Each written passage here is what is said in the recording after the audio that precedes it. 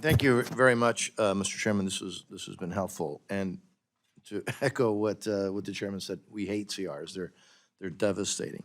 Let me first start by to General Haley, Homestead Air Force Base. You know it well.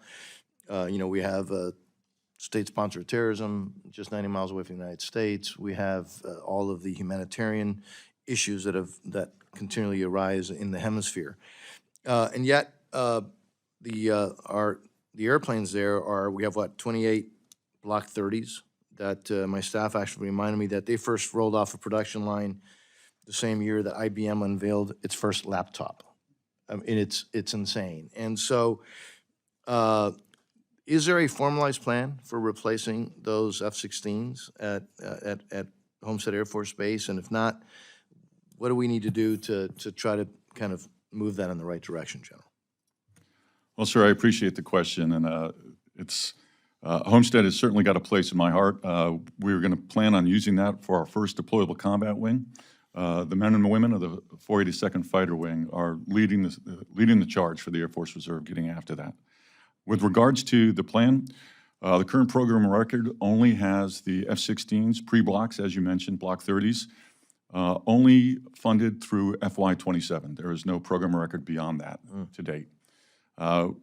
With regard to how we move forward and how we get beyond that, typically I'd recommend and advocate speaking to Congress, but I'm doing that right now. So we're looking towards, we're trying to put everything we can towards getting F-35 potentially as a recapped item, but as I mentioned in my opening comments as well, we are systematically being non-reinvested for divested aircraft. So anything that we can do in order to show the value associated with the Air Force Reserve. We manage our bases essentially, as I mentioned as well, we can do 20% of the capability of the Air Force right now for only 3% of the cost. We can manage these at a cheaper rate than the Air Force, sir. Yeah. And I'll follow up with you, Mr. Chairman, about that at a later date. Let me also just now throw the time that I have another question to all of you, and the issue is recruitment. And how are you all doing with recruitment? Is there something that we could be doing to assist in recruitment? And we've already heard about your kind of financial crunches, but what else could we do, and how are you doing in general? And whoever wants to, if you all want to kind of just briefly touch on that.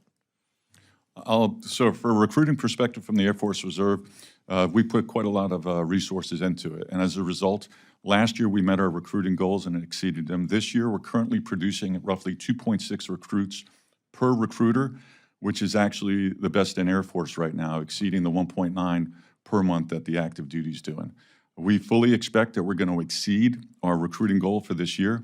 The challenge for us is the retention rate. We're about 1% under our retention rate, and that is going to get down to the wire with regards to whether or not we meet end strength. Yeah. Anybody else want to? Congressman, yes, sir. Thanks for the question. Our challenge in the Army Reserve is the active Army recruits for us. We're part of the United States Army Recruiting Enterprise, gets after it for us. We provided roughly 1,400 Army Reserve AGRs to support that effort. And while they're making big strides with Compo 1 recruiting, they've continued to miss our number. They're delivering about 70%. And what that equates to is we're currently short about 9,500 privates. And what I tell folks is that's equal to about 60 truck companies. And so we're working on our bonus program, and we're working closely with USAREC in getting the branding out. It's a wicked hard problem to recruit for the Army Reserve, but again, we're working with our Army teammates to get after that. Thank you. Yes, sir. Congressman, the National Guard continues to see historic levels of recruiting and retention. The Army National Guard, when I came into the job 7 months ago, was focused on getting to 325,000. We're at 328,000 guardsmen. On the Air National Guard side, we're at 105,000, which is our funded strength, and we're going to continue to do well through the rest of the year, and our retention continues to be strong. A lot of those things deals with how we're getting after commands, the bonus criteria and payments that we're doing, Army recruiter, master trainers, and then also working to get our folks through MEPS as fast as we can. We're going to keep our foot on the accelerator because we want to keep and retain the best warfighters out there. Yes, please. Hey, thank you for this question. Navy Reserve hit end strength last month, and we anticipate being about 600 personnel above end strength. And that's the first time since 2020. And we attribute a lot of that to our recruiting effort by which we established a Navy Recruiting Reserve Command. So we own the prior service mission now. So we are responsible for recruiting folks off active duty. Great. Which has gone a long way. If the chairman will allow just a few more seconds. Yes.